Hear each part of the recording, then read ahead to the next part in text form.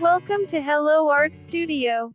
If you are ready, so here are 20 tips to help you get start. Take a break and reflect. Sometimes, no matter what you do, it just seems like you can't draw at all. You can't bring yourself to creating art again.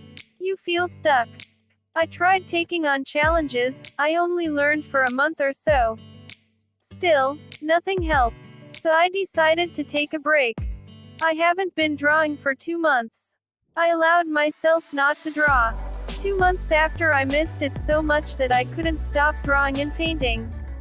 It felt amazing. You might want to take a break as well, and it can be shorter, but hopefully, not longer than mine. There are still some things to keep in mind while taking a break. Find a reason why you are scared or stuck.